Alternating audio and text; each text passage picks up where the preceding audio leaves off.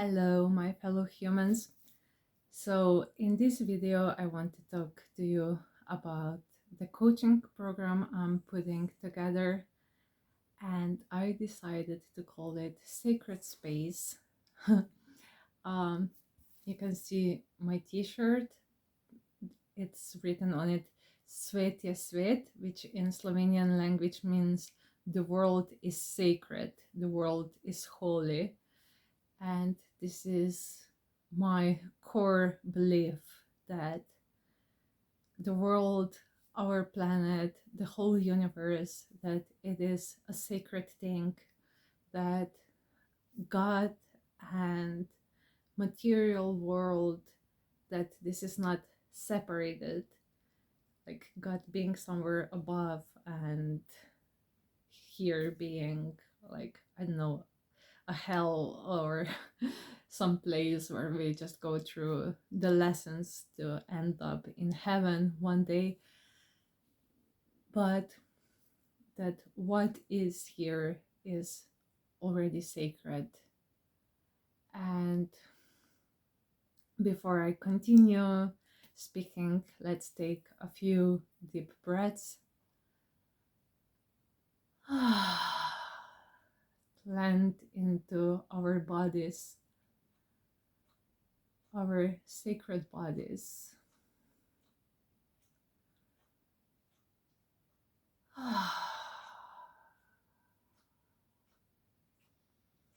Feel the skin on your body.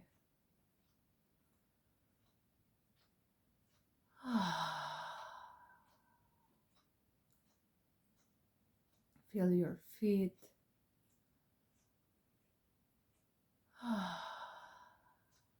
Touching the sacred ground.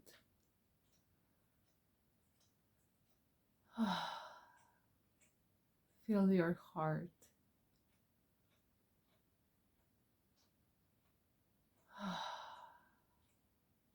Your sacred home.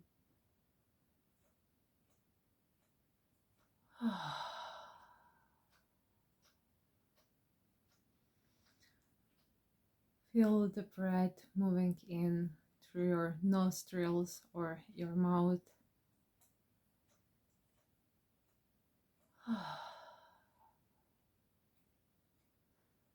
The sacred movement of air that we breathe and that it breathes us and give us life.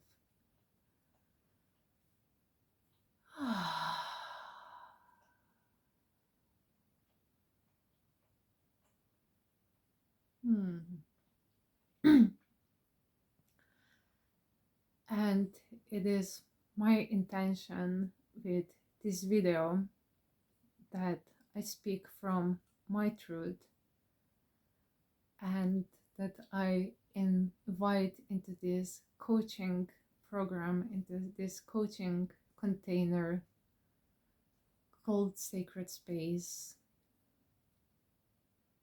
people, fellow humans, co-beings that are aligned with this truth.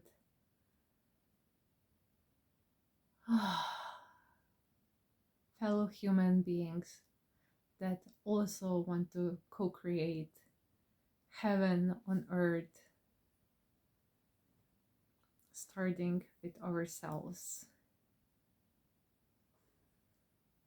And it is my intention that those who resonate come closer and maybe step into this coaching container, and those who not resonate, that they continue going about their day, about their life, and that we share our planet in peace and respect towards each other.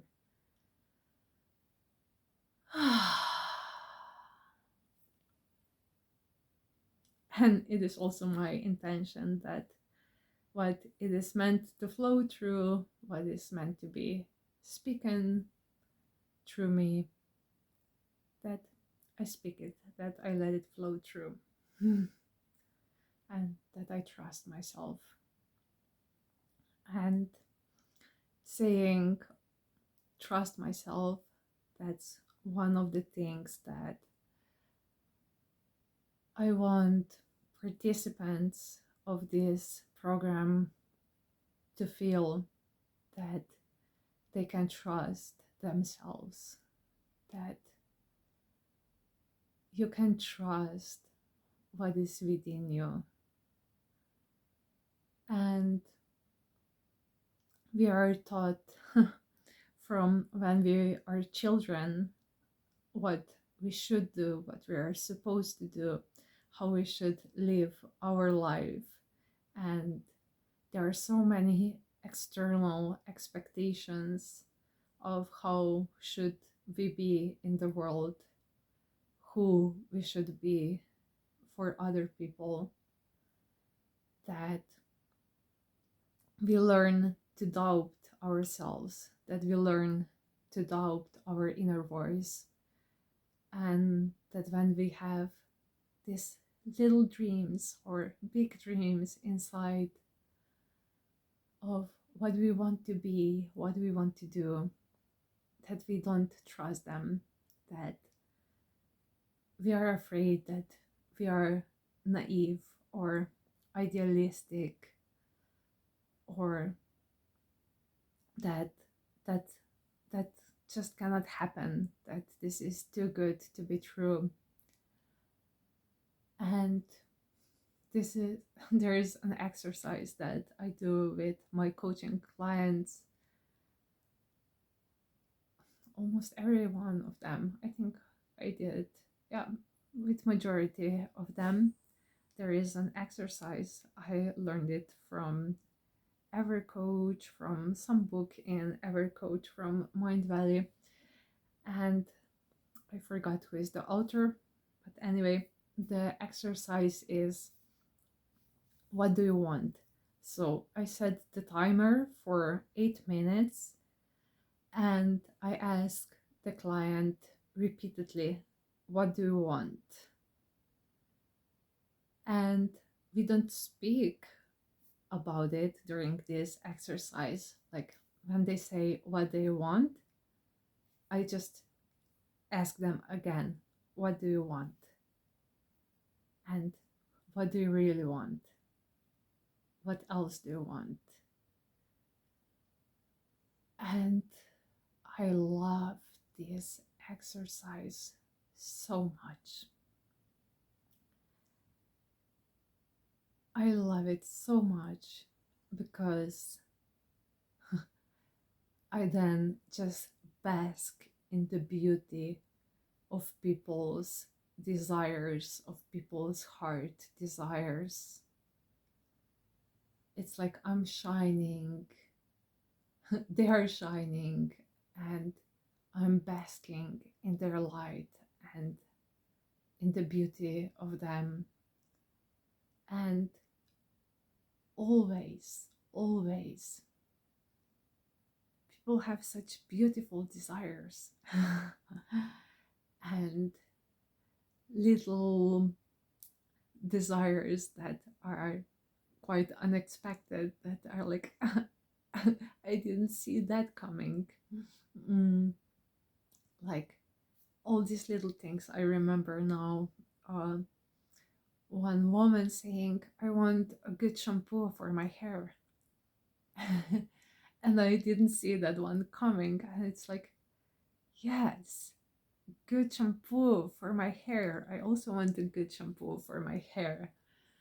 And in my life, when now that I have good shampoos for my hair, it feels so good to have a good shampoo for your hair. And also other beautiful desires to live their calling, to live their message, to do what they love in the world, to have connection, to have friends, to travel, to do the beautiful things, to learn how to play instrument, to learn new language, to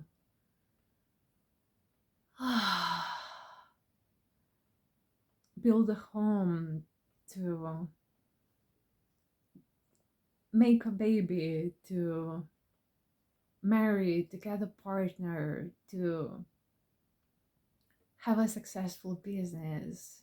Like all these things, when I listen people, when they say these things, it's like, yes, yes, you can have that, you can have that.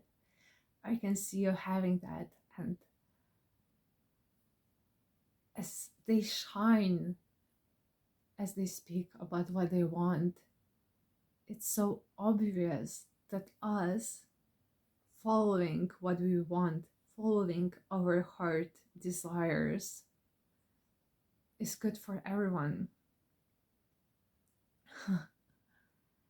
And I'm gonna give now example from my personal life, actually from my husband. He loves cars. His whole life he is obsessed with cars, and he reads about cars and about the drivers, and he knows all these stories, and he's a whole encyclopedia of cars. And he always wanted an old timer car, like an old car, because he likes the designs from 70s, 80s.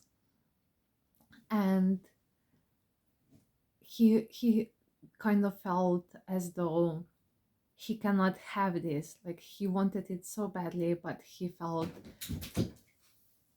unsupported in this. My dog jumped. He felt unsupported in this, and as though people around him doesn't understand,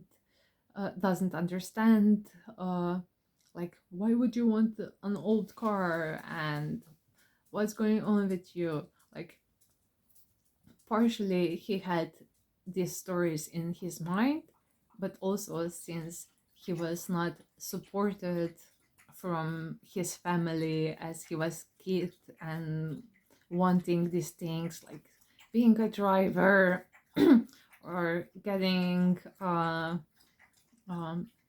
bike when he was young, and other boys and girls were getting as teenagers these little motorinos to drive around, and he couldn't get one because perhaps his parents were afraid for him, and that really hurt him and made him believe that he cannot get what he wants. Oh, I have to give some water to my dog. So yes, but as he decided to really go for it, and we saved enough money and all of that,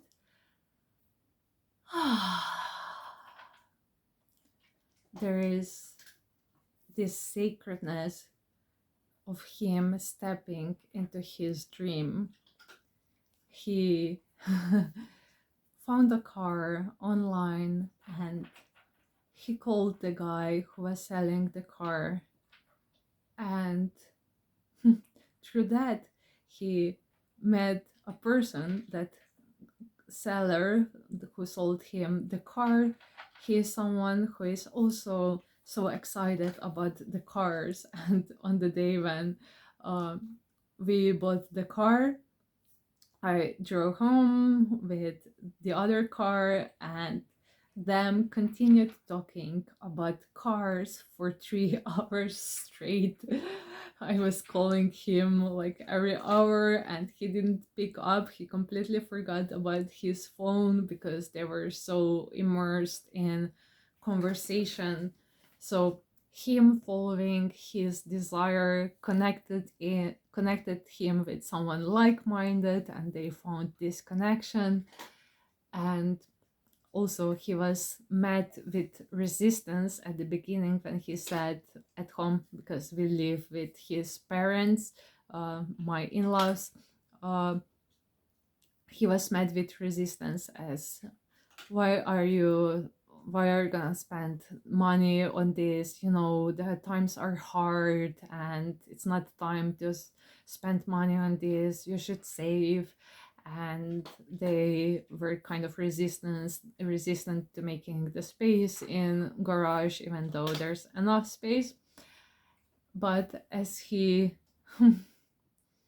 continued to make steps on owning this car, we cleared out the garage, we made space, we sorted through some old stuff that we could take away, that were no longer needed, and actually there was more space created, and it was then good for everyone else.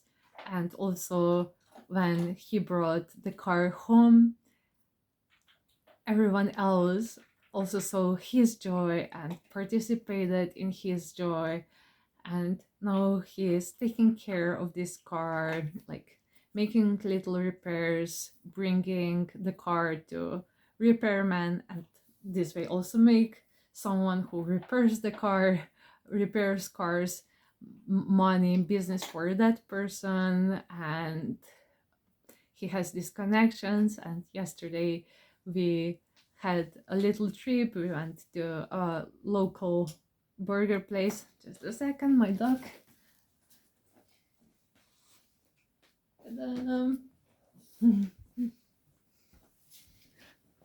And I can see him, like he's so much more in his body. He is there is this special shine around him. It's something sacred and beautiful.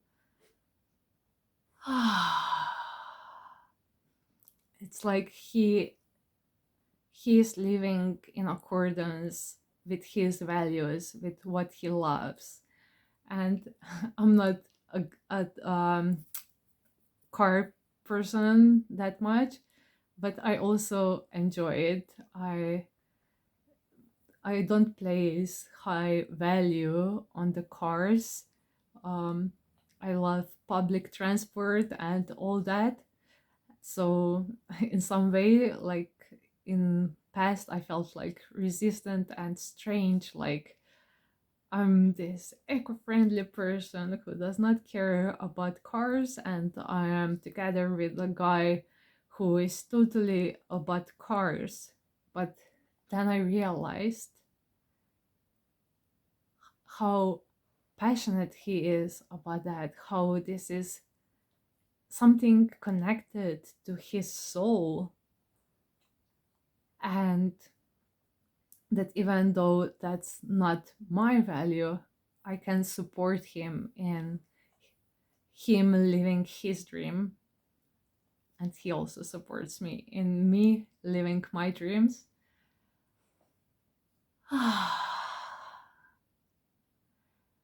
Yes, and I want this for you. I want this for everyone on this planet, that we connect with our heart desires, with our souls, and that we create sacred space for ourselves to work on these things, to put energy into these things, so that we are not just chasing these outer status symbols, even though there you might be so aligned to some of these outer status symbols, but that we don't just chase these outer marks of where we should be in life, how our life should be looking in our 20s, in our 30s, in our 40s, 50s, 60s, 70s, 80s, 90s, 100s, but that we set our own standards, or that we live according to our soul standards.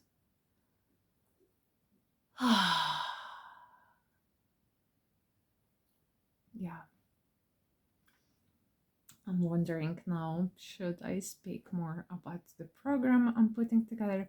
Yes, so how it relates to me, this thing, like for me, coaching is something that is part of my sacred space. I love coaching so much. I love truthful connection that comes up in coaching so much, where you can be with people and they open up to you with their dreams and fears and pains and joys and celebrations. And it's just so beautiful. I call it truthful connection.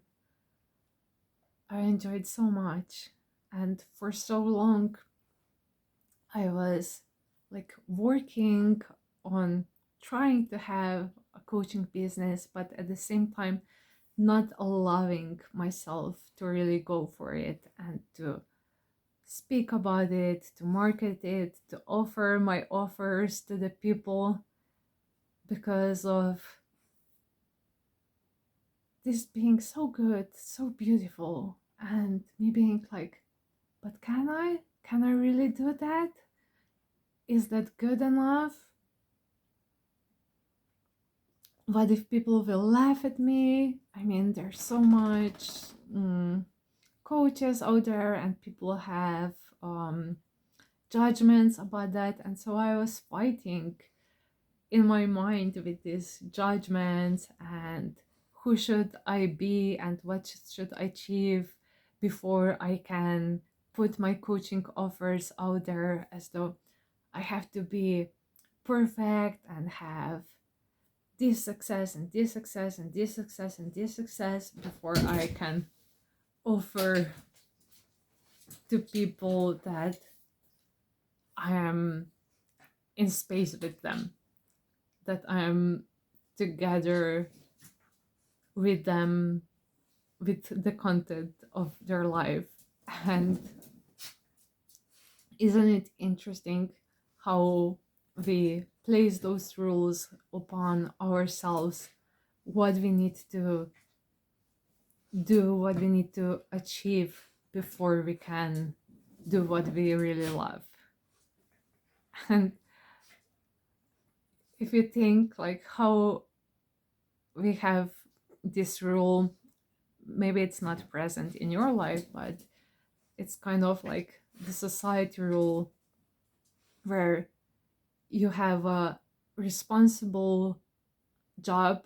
And I love responsibility, there is nothing wrong with responsibility, but when this quote unquote responsible job is something that you hate but that you must do so that you make money, and then you save for your retirement, and then when you retire, then you can do what you love.